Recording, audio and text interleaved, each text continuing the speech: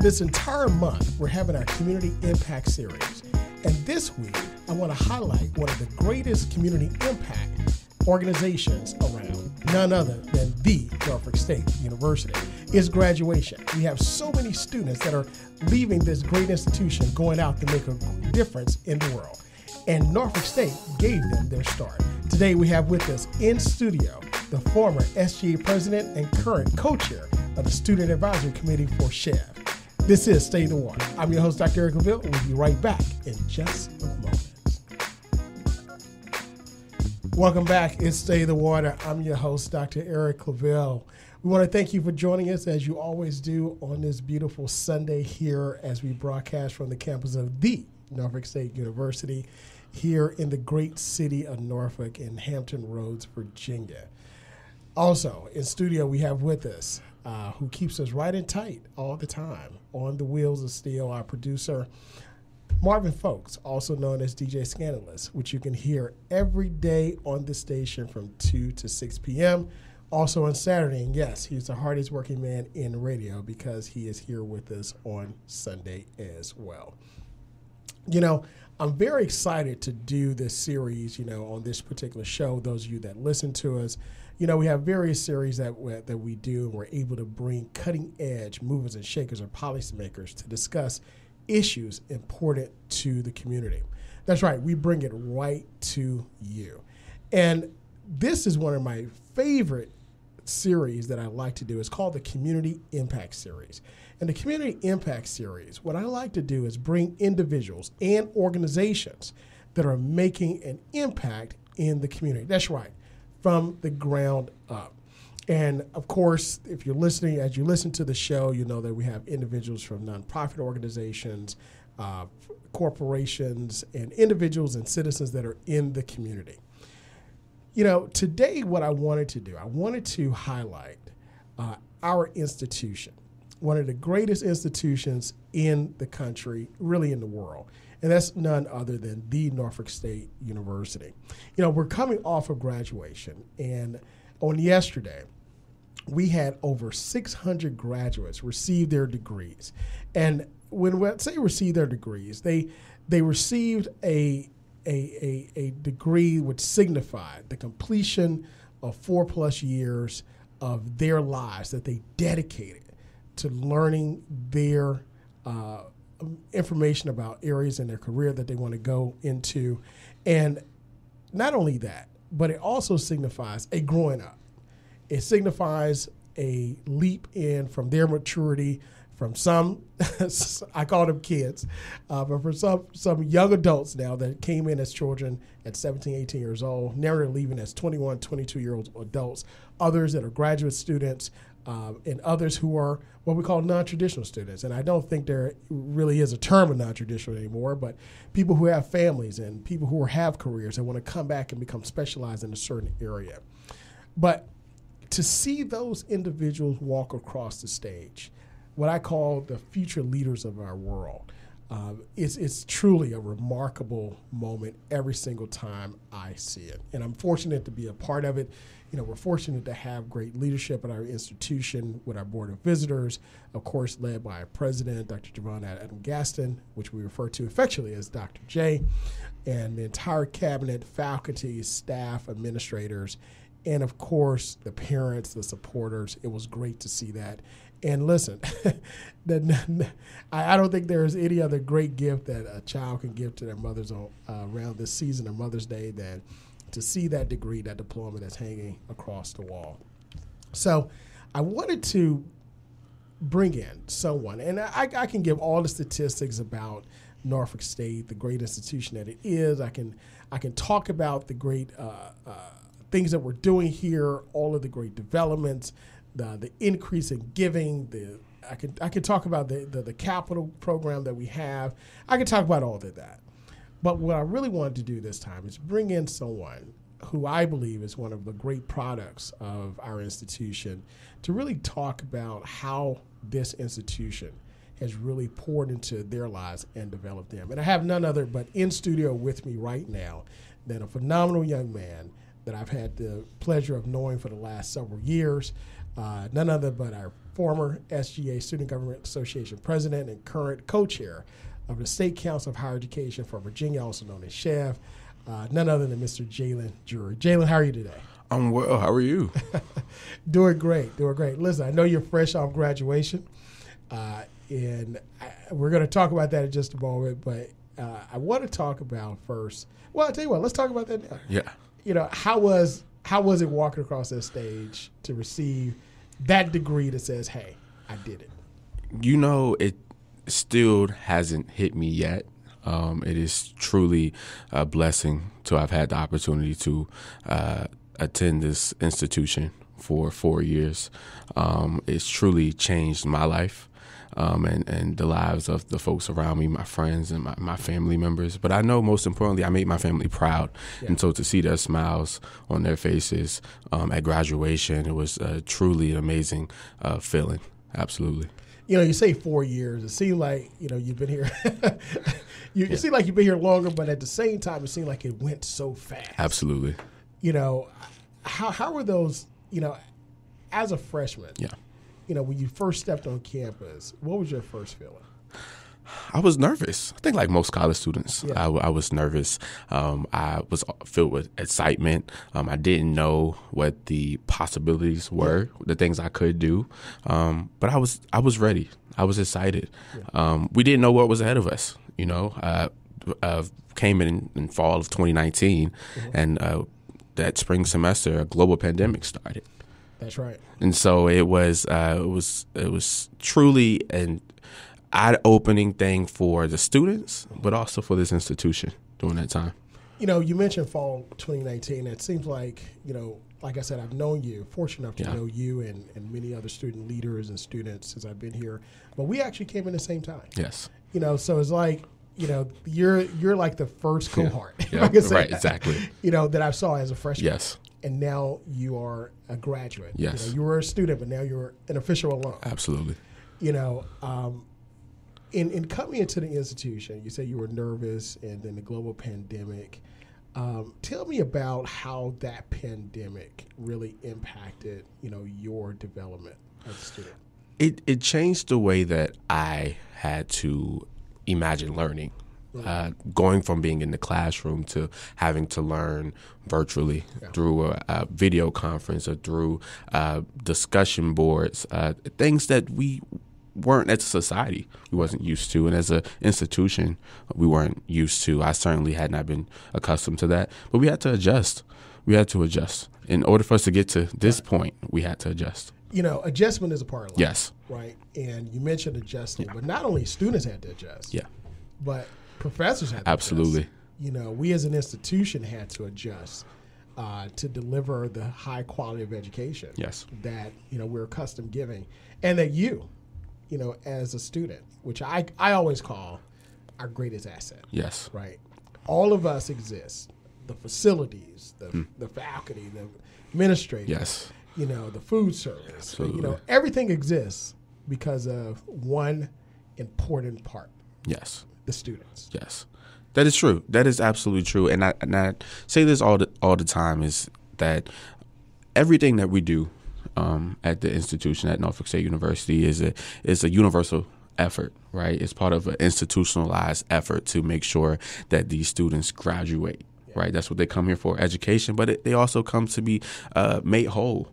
It's a part of the whole experience. It's the student's life on campus, campus life. And so the facilities folks, the folks in dining hall, the folks who work in housing and student activities, student affairs, academic affairs, all these government affairs, all of these folks work together to make the students' experience at Norfolk State University whole by the time they walk across that stage and graduate, so that they're complete not just on the academic side, but in the personal development side of things. And the pandemic served a significant part of that and played a major role in that. I'd say all the time is that we, as students, as also faculty members, staff, professors, and administrations, we had to adjust. But I say we were like trees, right? We were rooted in what this institution is about, right? But we had to bend with the wind. Leaves may fall off, branches may fall off, but we had to bend with the wind in order to adjust and in order to grow. Right. You mentioned what this institution is about. Yes. It has a rich history. Absolutely. Right? I've always felt that Norfolk State University, and I like to call it the Norfolk State University, really has the greatest potential in all the institutions really in the Commonwealth. Yes. The reason why I say that is because how the mission in which it was founded. This institution was founded in 1935. Yeah. 1935, there was something happening in this country that affected the entire country and the world. Yeah. It's called the Great Depression. But still, even in the Great Depression, it was a great institution birthed out of that. Absolutely. And with that great institution, it built, so that's the foundation. Yeah. And the foundation, we started to build brick after brick, layer after layer, building on top of that in order to create what we call the Tower of Learning, where we see the future in you. Absolutely. By seeing the future in you, tell me, what is it about Norfolk State that you feel poured into you to help propel you into now what is currently your future? Absolutely. As I mentioned before, this holistic approach at enriching the student's experience from the academic standpoint, from the student affairs standpoint, that is the most important thing that I will never forget from being at Norfolk State University. Coming here, and my grandmother is an alum of Norfolk State University, and so you hear that this is it's a family environment, and I have felt nothing but that while I was at Norfolk State University. Yeah. When you say the holistic approach, what if you could pick out one thing? Yes. And of course, this is hard. Yes. But it is. if you pick out one aspect of the institution that says that this left an indelible impression upon you, and this is what I'm gonna take with me when I'm going through those tough times. Yes. Right. When I'm going through those challenging moments, when I'm building my career, what is that one thing that you can say that you'll take from here? The true culture of care. Wow. The culture of care at the institution, from top to bottom, no matter if it's a faculty member, staff member, administration, from Dr. J on down to the folks who work in academic affairs and student affairs. The true culture of care has shaped me into the leader that I am today, and being now an alum of Norfolk State University, going into the workforce and wherever I am, it's truly has shaped me into being a transformational leader. Wow. When you say culture of care, I remember when that initiative started, Dr. J started that initiative, and it was something that was really near and dear to her. Yes. Of course, coming out of student affairs at the Ohio State University, University of Maryland, and so forth. And then here, I think it was something that was missing. Of course, you've had aspects of it. Right. But to really conceptualize it, bring it together, formalize, an official initiative, I think it's made the difference. In a lot of students' experience, where they feel like this is not just home, but this is the place that helped to rear me, helped to raise me, and helped to raise my level of understanding where I am and what I can be in the world. Absolutely.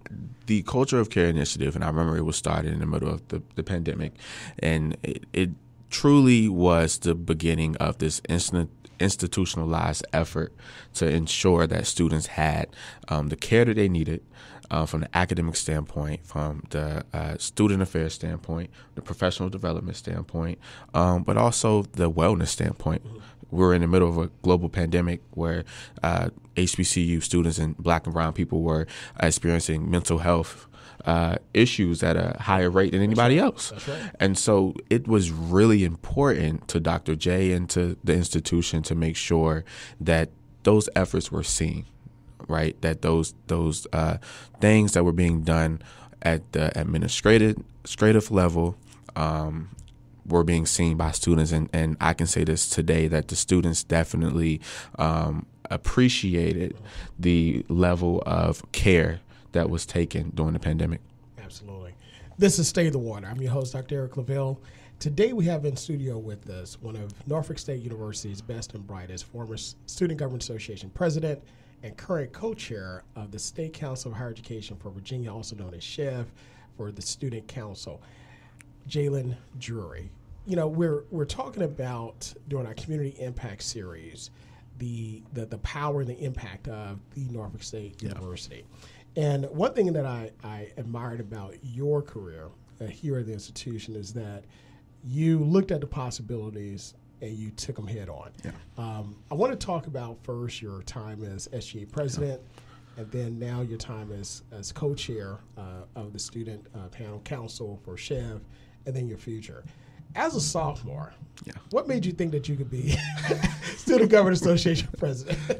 You know, I had seen, I will say this, Vice President Kamala Harris said it best 2 years ago, that HBCUs shape leaders into transformational leaders, folks who didn't know they could be leaders into leaders. And coming out of my freshman year, where we were home because of the pandemic, and we got back to campus my sophomore year, spring of my sophomore year, and I felt that I had a sense of empowerment.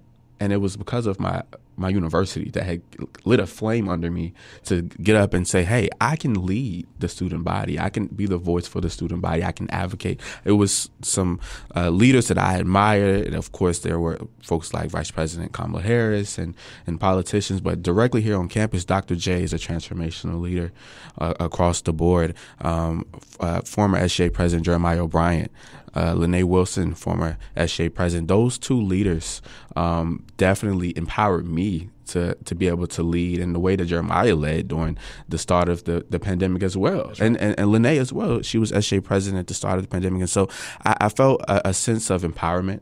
And it didn't matter, my age or what my classification was. I knew that I could serve in a capacity and be the voice for the students in a way that others didn't see. Absolutely. Yeah. Absolutely. It's amazing that you mentioned those past years because, again, as I mentioned, as an institution built on that foundation, just our leaders built on that foundation. We're standing on their shoulders. Yes. And it's amazing, and I think it's great that you were acknowledging Absolutely. those individuals because those individuals that I knew as well, as students, and it's great to see their transformation in their careers, where it's taking them. Absolutely. Not only a Student Government Association president, but you didn't stop there. Yes. Usually people say, okay, I did it. I've been to the mountaintop. I'm done. But you actually went a little further. Yes. As co-chair. Yes. Currently as a student for the State Council for Higher Education for Virginia. Tell us about, that experience, because, I attend those meetings and I attend the board meetings and you represented very well there. And, again, I want to tell you here, how you represent, the university and the students of Virginia at SCHEV is commendable. But thank you. Tell me about that experience. Absolutely. Well, I will start by saying this. As you mentioned, I ran for SGA president as a sophomore, and my junior year I served in capacity as SGA president, and I decided that my senior year I wasn't going to run for a second term. But I said, okay, how can I advocate for students in higher education and HBCU specifically at a higher level that hasn't been seen before, at least here on our campus, right? And so I said, well, SCHEV is the place to go. That is where you can be the voice for not just Norfolk State, but all students in the Commonwealth of Virginia. And so I've spent the last year advocating on the key issues that students face at HBCUs, but all institutions here in Virginia: access and affordability for education, mental health services, which is a key and cornerstone issue, but also diversity, equity, and inclusion across our institutions. And so all of those issues... Which is not dead, by the way. Yeah. It's still alive. Yes, it is. Even though some people want to kill it. Absolutely. And it is one thing to have our administration there in those rooms, but to have students in those rooms to be the voice to other students is truly important. And I can tell that it has been well received across at SCHEV, at the state level, and at many of our institutions in the state. Absolutely.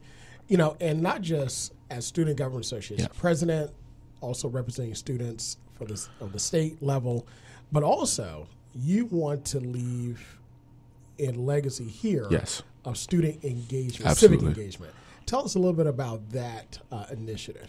Absolutely. I mean, Norfolk State since its start, being founded in the middle of the Great Depression, has been at the forefront of movements since its beginning, right? And so to continue that on now is really important to me. It's important to me that our students are civically engaged, are involved in the voting process and in elections and things like that. And so it is my belief that, students should have access to the polls right there at their college campuses and not just here in Norfolk State, but across the state. Students play a major role in the institution's being, in staying afloat and the doors staying, the lights staying on, right? And so I believe that the students should have access to voting and polling precincts on their college campuses. So to effectuate that, yes. What steps have you taken to ensure that there is voting? Yes. Which is, of course, yeah. It's not a new concept, but it's one that's coming back. Absolutely. Right? From the start, as SCHEV president, I started those conversations with administration at the university, but also leaving office at the State Council for Higher Education. They all agreed that should happen.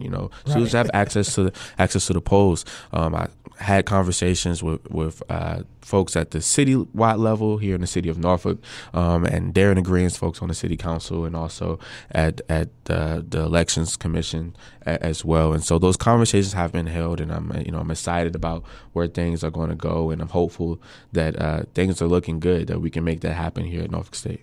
Absolutely. Your vote does matter. Absolutely. And if you don't believe it matters, just take a look, just in 2016. Absolutely. Yeah. On that level. And then, of course, one great thing about our state, our Commonwealth, is that we have an important election every year. Every year. Yes. And, of course, individuals may get fatigued a little, but, again, your vote matters because policies matter. Yes. Funding matters to our institutions, programs matter to our communities. All of that matters, and it really impacts. It starts with your vote. Yes. And then not just your vote, but then it continues on. Tell us a little bit about how you've gotten the students involved during your time here in not just voting, but then after the vote, more engagement. I think you have to show students what's at stake. And I've made it a point as student body president and as National Panhellenic Council president and chapter president of the Delta Zeta Chapter Phi Beta Sigma Fraternity Incorporated to make sure that we're letting students know what is at stake here. Why is it important to go out and vote? Our Greek letter organizations have been at the forefront of the movement of voting rights and social justice and civil rights for forever, really. And so I've empowered our Greeks on campus at Norfolk State to go out there and use their voices to go out there and vote as well, and to get folks out there to vote and feel a sense of empowerment and give them a reason to go out there and vote. Speaking of Greek life, yes, as a member of your fraternity, I'm a member of Kappa Alpha Psi Fraternity Incorporated. You're a member of Phi Beta Sigma. Yes. Incorporated, Fraternity Incorporated. Tell us about how your experience in your fraternity has really helped to shape you as a young man. Absolutely. Well, I model Culture for Service, Service for Humanity. It truly has been a cornerstone for my leadership here at Norfolk State, but off campus as well. Really being of service to folks in the community, folks who have a voice and folks who don't have a voice. And it's all about empowering the voiceless, and giving folks who didn't even know that they had an opportunity to go out there and do certain things, and giving them a sense of empowerment. I will say this, since my sophomore year and me joining the best fraternity there is, I truly have had this sense of enrichment from my brothers of Phi Beta Sigma Fraternity Incorporated. We have some amazing members in our fraternity, even right here on our campus, but even our own rector here at Norfolk State University. Big rector, Devon Henry. He's a transformational leader, and everyone knows him to be so. And so it's folks like him and brothers like him who have really empowered me to go out there and just do more. Just do more. Absolutely.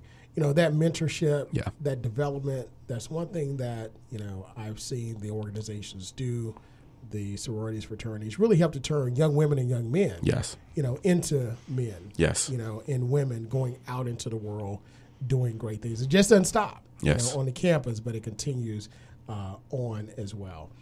In our closing moments, I know this may be hard to do, Yeah. but it's for me. It's always hard to see students leave that you spend years with, but it's always good because that means that we're sending out future leaders equipped to make an impact in the world itself.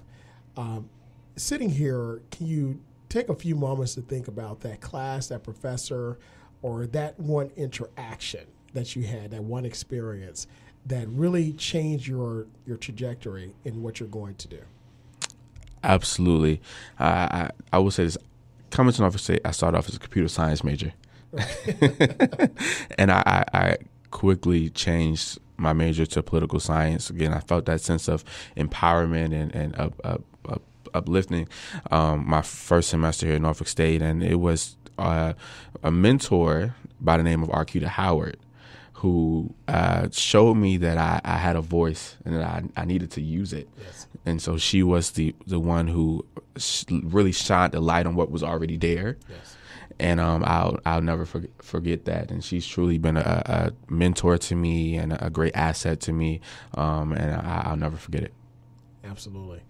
What's that one class that you remember? I will definitely say Dr. Pretlow.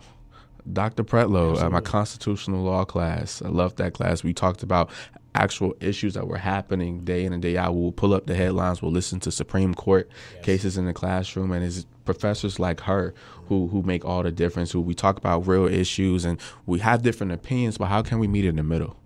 How can we meet in the middle? How can we compromise with one another to find where can we get to the end, Yes. right? And so Dr. Pretlow. Absolutely. And then what's that one thing that you want to leave behind that you say, when they mention Jaylin Drewry, Yes. what is it, that one thing you want them to mention of you?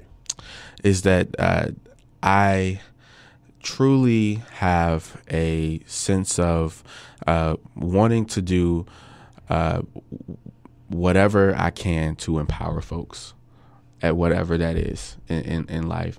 I always say I want to do as much good to as many people as possible in any position that I'm in and wherever I am. And so I've tried to do that, and I hope that others have noticed that as well. Absolutely. I like to tell all my students, pay it forward, Yes. pay it back. Absolutely. And that way you'll always give and you'll never forget, Yes. what your mission and purpose is here. Service is the rent that we pay Yes. for being here on this earth. You've been listening to Stay the Water. I'm your host, Dr. Eric Claville. Our Community Impact Series, where we talked about one of the greatest institutions in the world that provides opportunities, where we see the future in each and every one of you, none other than the Norfolk State University, where we just graduated over 600 future leaders that will make an impact in this world. And I've had a great opportunity here to speak with one of our great leaders that is going to go out and do phenomenal things, none other than Mr. Jaylin Drewry. Mr. Drewry, thank you so much for being with us. I know you're going to do great. Yes. I know this institution has equipped you, and we're looking forward to see the impact that you're going to have. Absolutely. Thank you, Dr. Claville. Absolutely. Well, once again, you can hear us every Sunday at 10 a.m. on WNSB Hot 91, the soul of VA. That does it for us. We'll see you again. Remember, this week, go out, be great, God bless, and we'll see you next Sunday.